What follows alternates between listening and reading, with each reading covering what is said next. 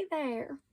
In today's exercise, we're going to learn a little more about glazing and applying opaque versus transparent layers of paint. I've pulled out the leaf exercise that we did early on to learn about value. It's completely dry, and it's important that whatever surface you use for these experiments is completely dry. The first thing that I'm going to do is divide my leaf in half. The colors I have on my palette are just sap green, titanium white, and then I have some liquid medium. So on the left side here, I'm just going to make a glaze with that sap green. And sap green is one of those colors that's fairly transparent anyway. The green is just going to make it a little spread out a little bit easier and just go on a little bit smoother.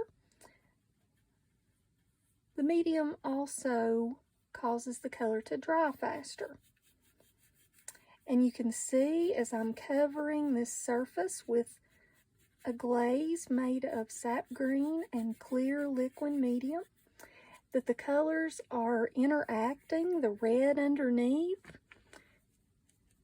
and the green, which is opposite on the color wheel, are blending together optically to make this beautiful brown color. Now I can make the value lighter by just spreading the paint thinner. I could also use a tissue to really just kind of wipe some color off if I want a lighter value.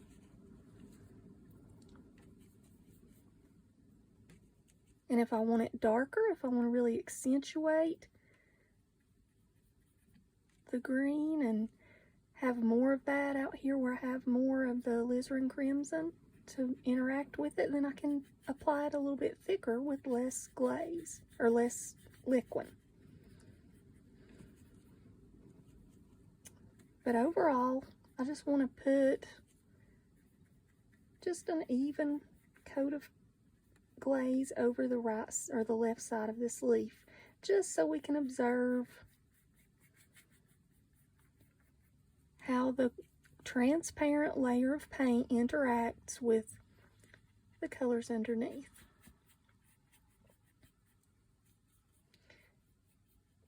And we're taking advantage here of the fact that alizarin crimson and sap green are opposite on the color wheel. Red and green are straight across from each other. If you did your leaf in blue, you would want to choose orange for this exercise. If you did your leaf in purple, you'd want to choose yellow. Now for the second part of today's exercise, we're going to create an opaque paint with sap green and titanium white. And we're going to use this opaque paint to cover the right side of the leaf, and we're just going to compare the results. So the titanium white is an opaque color, which means you can't see through it. It does not let light pass through, and that's a contrast to the transparent layer we used a minute ago. So what's happening here is that this paint, made by mixing sap green with titanium white, is not letting light pass through, and so it's creating an opaque layer, and that is a very different effect.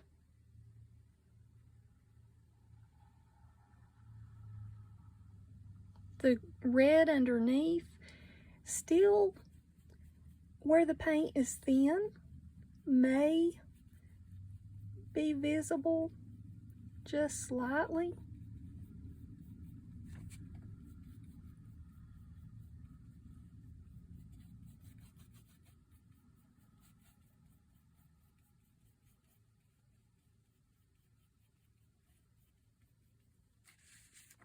But it's a very, very different effect.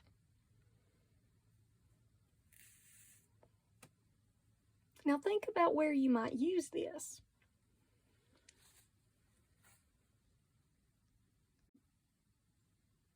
In painting water in the landscape, we make use of the transparent nature of glazes to make the water look transparent. If we're painting a rock and it has a lichen growing on it that won't let the light pass through, we're going to use an opaque color. So think about the transparency of the object that you're painting and decide whether or not you want to add white or use opaque color based on that transparency. Simple concept, but it can be very, very powerful. Have fun!